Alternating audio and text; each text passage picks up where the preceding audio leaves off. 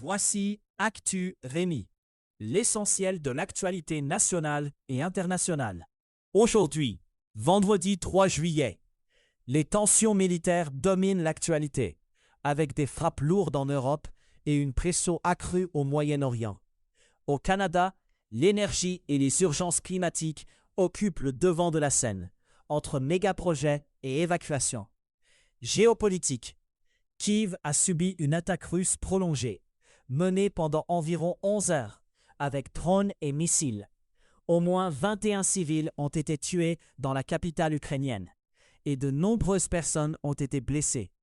Moscou présente cette offensive comme une riposte aux frappes ukrainiennes sur des installations pétrolières en Russie. L'Ukraine a multiplié des attaques de drones en profondeur, en visant des installations militaires et des raffineries. Ces actions ont eu des effets internes en Russie, avec des pénuries de carburant signalées dans plusieurs régions. À Kiev, des impacts ont touché une zone étendue, dans ce qui est décrit comme la plus massive attaque récente sur la ville. Le président ukrainien, Volodymyr Zelensky, a promis une riposte lourde après cette nuit de bombardement. Dans le détroit d'Ormuz, l'Iran hausse le ton sur la circulation maritime liée au pétrole. Le commandement militaire conjoint iranien avertit que tous les pétroliers doivent emprunter des routes approuvées par Téhéran. L'Iran menace d'une réponse énergique contre les navires qui ne respecteraient pas ces itinéraires. Le détroit d'Ormuz reste un passage clé pour les approvisionnements énergétiques internationaux. Sur la rive iranienne, à Bandar Abbas, la situation demeure tendue, malgré un retour relatif au calme. Le secteur maritime y montre des traces de crise, avec des navires saisis et des activités de pêche sous pression. À Téhéran, les autorités préparent des funérailles d'État hors normes pour l'ayatollah Ali Khamenei. Khamenei a été tué au début du conflit dans une frappe aérienne, dans le cadre de la guerre entre les États-Unis, Israël et l'Iran. Son cercueil est arrivé à Téhéran, à la Grand Mosala, où des foules ont commencé à se rassembler. Le pouvoir iranien planifie une période de cérémonie de 6 jours à partir du 4 juillet. Les responsables présentent cette séquence comme la plus grande affluence de l'histoire de Téhéran. Dans ce contexte, Ahmad Vahidi, chef intérimaire des gardiens de la Révolution, a fait une première apparition publique. Cette présence vise aussi à afficher une continuité du commandement pendant une phase politiquement sensible. En parallèle, une lecture plus large s'impose sur la capacité réelle des grandes puissances à atteindre leurs objectifs. Les frappes en Ukraine et la confrontation entre Washington et Téhéran alimentent un débat sur les limites d'action militaire et diplomatique. Les deux théâtres de crise posent la même question: de la durée et de l'efficacité des stratégies actuelles. Canada. Ottawa et l'Alberta avancent sur un nouveau projet d'oléoduc vers la côte sud de la Colombie-Britannique. Le tracé retenu doit suivre celui du pipeline Trans Mountain, déjà présent dans le corridor. Le projet se structure autour d'un partenariat public-privé qui implique la corporation Trans Mountain, propriété du fédéral. Le gouvernement de l'Alberta fait aussi partie du montage aux côtés de Pembina Pipeline Corporation. Un seul promoteur privé s'est manifesté, ce qui augmente la part assumée par les contribuables. Un accord avec la Colombie-Britannique porte sur 2 grands projets d'infrastructure dans un cadre politique sensible. Le maintien du moratoire sur les grands pétroliers est présenté comme un élément qui ouvre la voie à ce pipeline vers Vancouver. Au Manitoba, Minegosibe Anishinaabe First Nation a déclaré l'état d'urgence à cause d'inondations. Des routes et des infrastructures ont été endommagées, avec des tronçons emportés ou fragilisés par l'eau. La communauté se trouve dans la région du Parkland, particulièrement touchée par les crues. Minegosibe rejoint plus de 30 communautés qui ont aussi déclaré l'état d'urgence dans la province. Des appels se multiplient pour obtenir une aide fédérale afin de réparer et sécuriser les accès. Dans le nord-ouest de l'Ontario, Casabonnica Lake First Nation gère une évacuation liée à des feux de forêt. 5 incendies entourant la communauté se sont stabilisés temporairement, ce qui a permis de ralentir certaines opérations. Le chef Matthias Anderson indique que 548 évacués se trouvent toujours à Toronto. 37 autres personnes sont en route depuis Thunder Bay, selon le dernier bilan communiqué.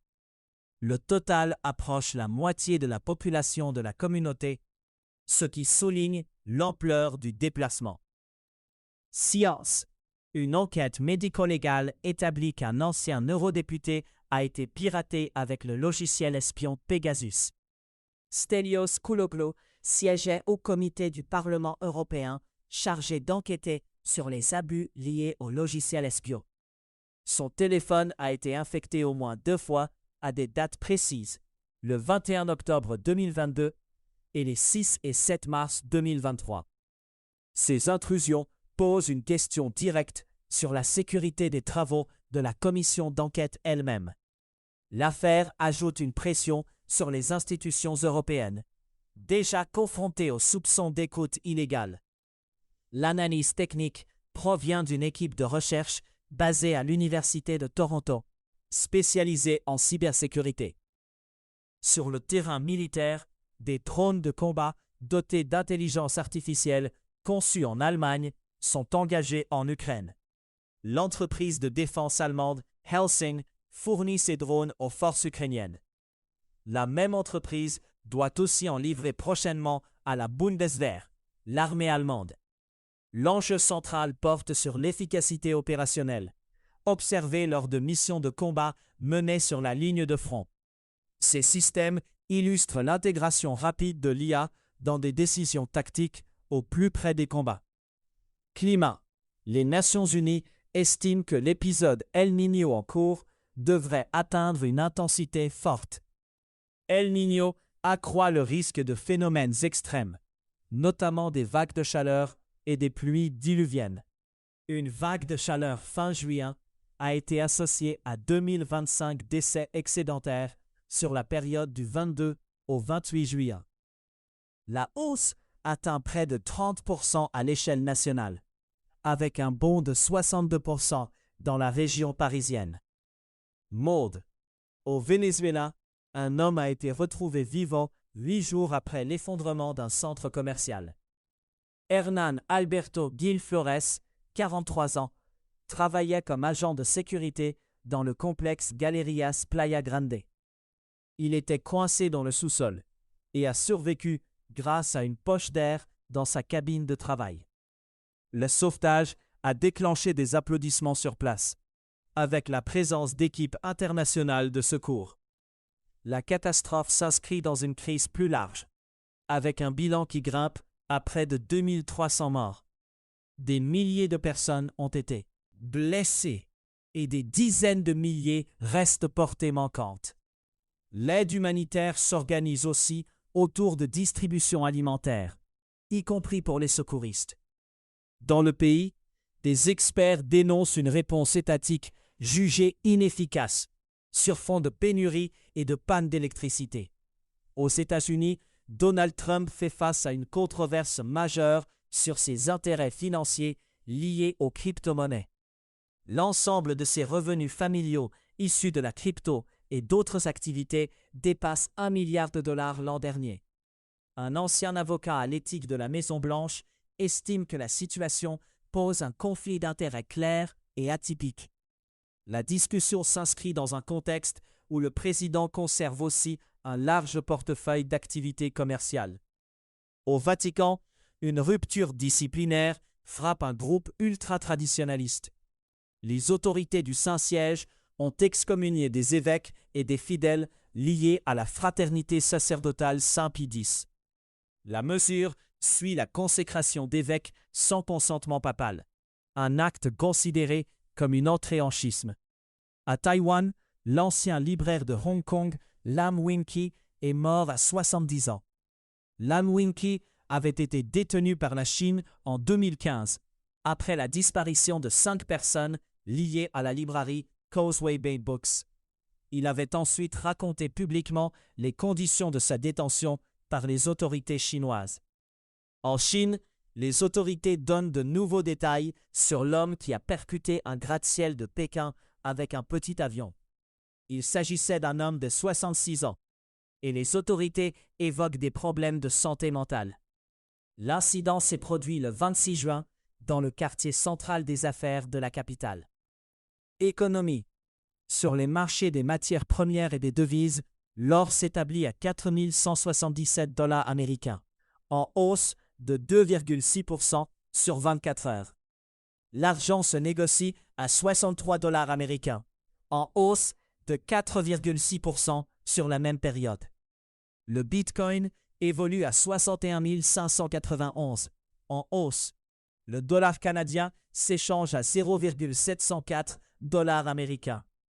Une enquête met en cause des ventes de billets fantômes sur une grande plateforme de revente.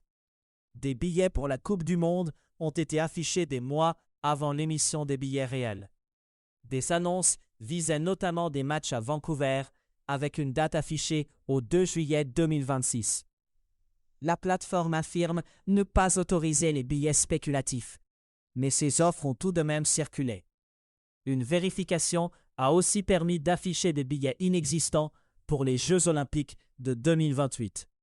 Le dossier soulève des questions sur la protection des consommateurs et sur la traçabilité des billets en revente. Donald Trump a accumulé plus de 2 milliards de dollars depuis son retour au pouvoir, selon un bilan de revenus récent.